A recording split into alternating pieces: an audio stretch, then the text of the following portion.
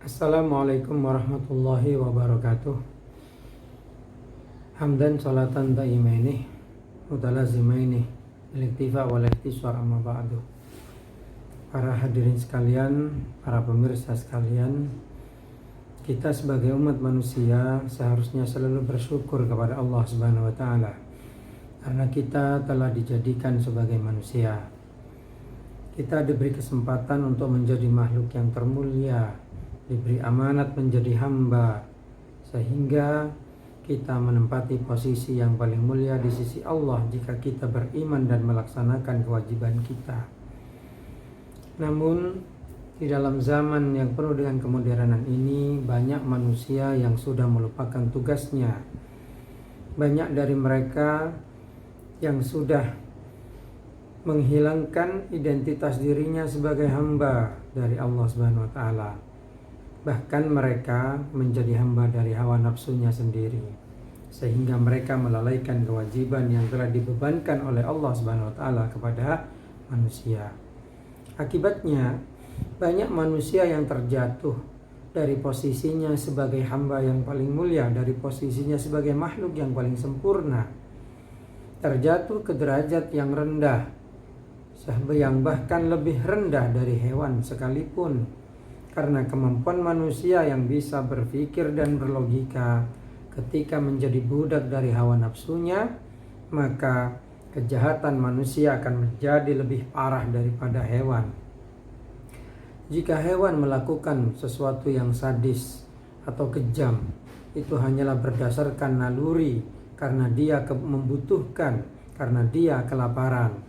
Tapi manusia terkadang melakukannya karena itu terasa menyenangkan bagi hawa nafsunya. Itulah kenapa kemudian manusia bisa menjadi lebih kejam dari hewan ketika manusia menuruti hawa nafsunya. Namun bagi manusia yang baik, manusia yang dapat menggunakan akal dan logika untuk mengendalikan hawa nafsunya sendiri, maka ia akan menjadi orang yang mulia, makhluk Allah yang paling mulia, yang bahkan derajatnya menjadi lebih mulia daripada malaikat.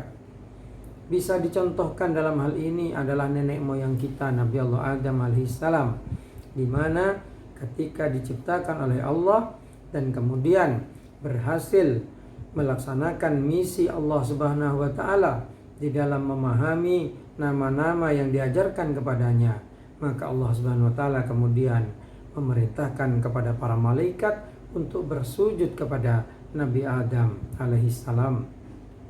Walaupun pada akhirnya ada satu malaikat yang tidak mau bersujud kepada Allah, kepada Nabi Adam atas perintah Allah, yang akhirnya kemudian malaikat itu dikutuk dan dilaknat sehingga menjadi iblis yang kita ketahui bersama.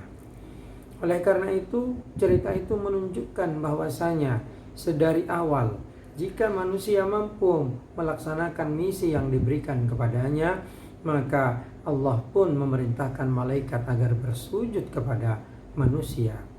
Oleh karena itu, kita sebagai manusia, marilah kita harus berusaha untuk menjadi hamba Allah yang baik, untuk melaksanakan semua perintah dari Allah dan menjauhi semua yang dilarangnya. Kita harus bisa mengendalikan hawa nafsu di dalam diri kita, sehingga hawa nafsu mau menjadi kendaraan kita di dalam mencapai apa yang kita inginkan. Jangan sampai terbalik, yang kemudian logika dan akal pikiran kita dijadikan kendaraan oleh hawa nafsu untuk mencapai keinginannya. Oleh karena itu, marilah kita pertahankan identitas manusia kita dengan perilaku kemanusiaan yang sempurna. Oleh karena itu, kita harus selalu berusaha mengendalikan diri, harus selalu berusaha memahami diri sendiri, sehingga kita bisa mengarahkan diri kita sendiri kepada jalan yang kita inginkan sesuai dengan apa yang diajarkan oleh Allah Subhanahu wa taala melalui baginda Nabi Muhammad sallallahu alaihi wasallam yang diutus kepada kita untuk mengajarkan Islam kepada kita. Mungkin ini yang bisa saya sampaikan, kurang lebihnya mohon dimaafkan. Wabillahi taufiq wal hidayah. Wa birri da'watina. Assalamualaikum warahmatullahi wabarakatuh.